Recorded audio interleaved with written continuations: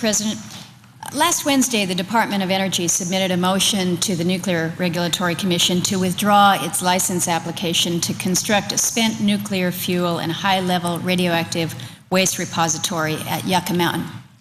Now, what was the latest rationale for this? It was simply because we need it too much.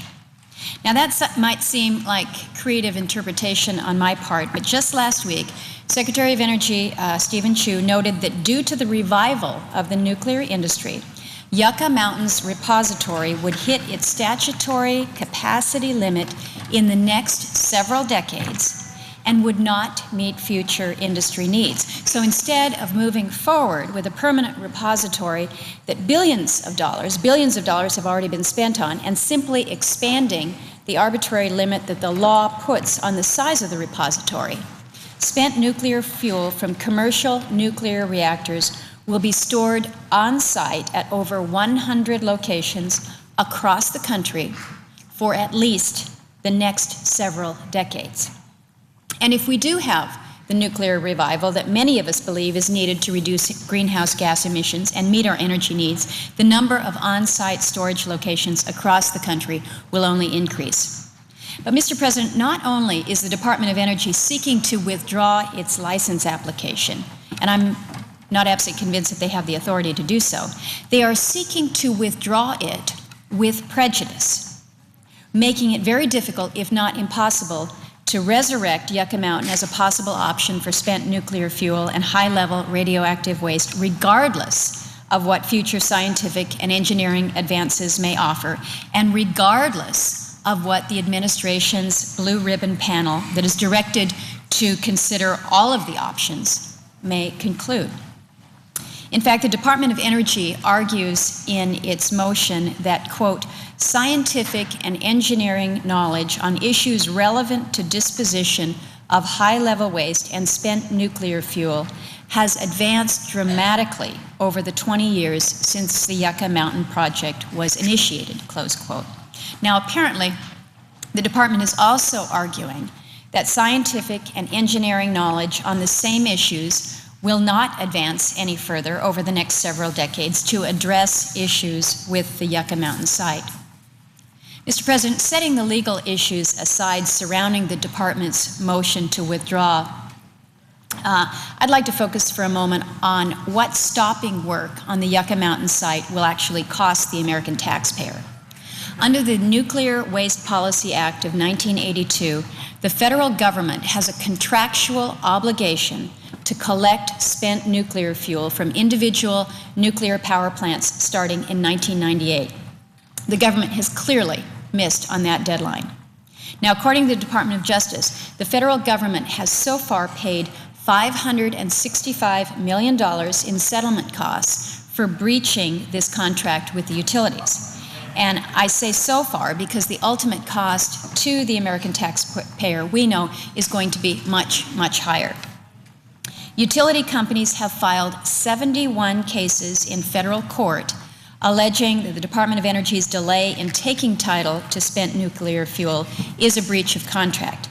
Of those 71 lawsuits, 10 have now been settled, 6 were withdrawn, and 4 were fully litigated, resulting in the $565 million in payments. Of the 51 cases that are outstanding then, the judgment has been entered in 13 of those cases, putting the government liability so far for commercial spent nuclear fuel stored on site between 1998 and 2007 at a cost of $1.3 billion. And there remains another 38 cases for judgment to be entered on, so the amount of the liability for that time frame is likely to increase significantly into the future. Now, keep in mind, this number does not take into account the level of liability for the increasing amount of spent nuclear fuel stored on site from 2008 until the date when a permanent repository is opened, whenever that might be. And nor do the costs include the $24 million in attorneys' costs, $91 million in expert funds, $39 million in litigation support costs, or the thousands of hours that DOE and the NRC employees have already expended on this effort. The Department of Energy estimates that the potential liability of the federal government to utilities will be $12.3 billion if the government starts taking title to the spent fuel by 2020, which is just 10 years from now. According to the CBO, the Congressional Budget Office, Utility Industry Reports estimates that the claims will total $50 billion.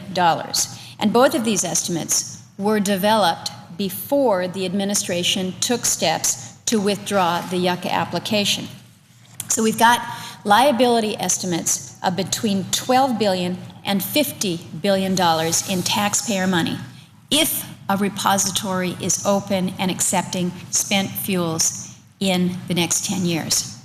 Now keep in mind that it took us almost 30 years to get this far on Yucca Mountain. With the current administration shutting down all work on Yucca and beginning the search for a solution anew, it seems increasingly likely that the costs will greatly exceed the $50 billion estimate. And at a time when we're already racking up trillions of dollars in debt for future generations, the administration has freely chosen to incur additional future taxpayer liability in terms of tens of billions of dollars by withdrawing the Yucca Mountain Repository license application because, in the words of Secretary Chu, quote, the statutory limit of Yucca Mountain would have been used up in the next several decades. So all Americans are on the hook for tens of billions of dollars because the federal government is in breach of its contract to take title to spent nuclear fuel.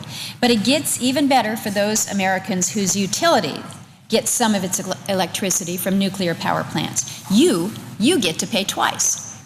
In return for the federal government taking title to commercial spent nuclear fuel, the Nuclear Waste Policy Act established a nuclear waste fund to provide for the construction of a spent nuclear fuel and high-level radioactive waste repository. Utilities that operate under nuclear power reactors are charged a fee by the Secretary of Energy, and that fee is then deposited into the waste fund. The cost of that fee is passed on from the utility to the consumer. The utilities, and then hence their customers, contribute between $750 million and $800 million into the waste fund each year.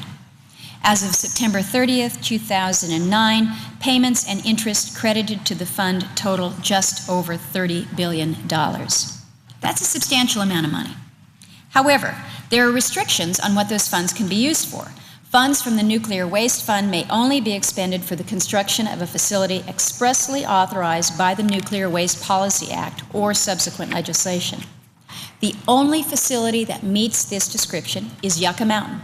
Yet the Obama administration has shut down work on Yucca and filed a motion to withdraw its license application. So the natural question is, what happens to the money in the Nuclear Waste Fund since it can't be spent on anything other than the construction of the Yucca Mountain Repository? Well, the Nuclear Waste Policy Act directs the Secretary of Energy to adjust the fee paid by the utilities if the amount collected is insufficient or in excess of the amount needed to meet the cost of construction of the repository. Now, it's hard to see how the $24 billion balance in the fund is not sufficient to pay for work on a facility where no more work will ever occur. Utilities have then suggested that the fee be dispensed with, but Secretary Chu said that the collection will continue. So some ratepayers will continue to pay a higher electricity bill to contribute to a fund that no longer serves a purpose, at least until the courts should rule otherwise. Now, if, or perhaps when, the courts order the reduction of the fee and refund of the balances already paid into the fund, you can add the loss of over $750 million in income to the federal government per year, as well as the refund of the $30 billion already collected to the taxpayers' debt. Now, I've focused on the impact stopping work at Yucca Mountain will have on commercial operations and on the individual taxpayer, but the license application withdrawal will also impact those 13 states that host federal sites that hold high-level radioactive waste from the production of nuclear weapons dating back to the Manhattan Project. These are most notably Hanford, Washington, Savannah River, South Carolina, the National Engineering and Environmental Lab in Idaho, Just as utilities have sued the federal government for breach of contract, the decision to terminate Yucca should open the door to a lawsuit from a state like Idaho, which has a court-approved agreement with the Department of Energy to remove nuclear waste from the state by the year 2035. Now, I'm also concerned that the administration's haste to suspend the work on Yucca Mountain, that valuable scientific data will be lost. For example, as the Sustainable Fuel Cycle Task Force noted, long-term corrosion samples contain decades of information that is irreplaceable. To quote the task force, they say, scientific information developed at considerable cost in the Yucca Mountain program should be preserved to assist in future repository development, wherever that may be. I call upon the administration to preserve the data that it has collected so far. I support moving forward with the Yucca Mountain license application, but if the motion to withdraw the application is successful, that the knowledge and the data achieved so far in the process will be valuable for future repository siting needs. So, Mr. President, taxpayers are on the hook for tens of billions of dollars. Some are paying twice for a repository that's being taken off the table. States are left with federal holding sites that contain high-level radioactive waste. Valuable scientific data is at risk of being lost forever, and all the administration can offer in return is a 2-year delay while a panel studies the issue and offers a report. Now, it's encouraging to hear the administration voice its support for the development of additional nuclear power and back those words with a request for greater loan guarantee funding. That's good. But in order to have support for new nuclear at a national level, there must be support among the communities which host existing nuclear power plants. And I'm increasingly concerned that until we can resolve what to do with the back end of the nuclear fuel cycle, local support for nuclear will erode as questions about how long the spent fuel will be stored on site persist. With the withdrawal of the Yucca Mountain license application, we're essentially back to square one, and the American taxpayer will continue to pay the cost without receiving any answers. Mr. President, with that, I yield the floor.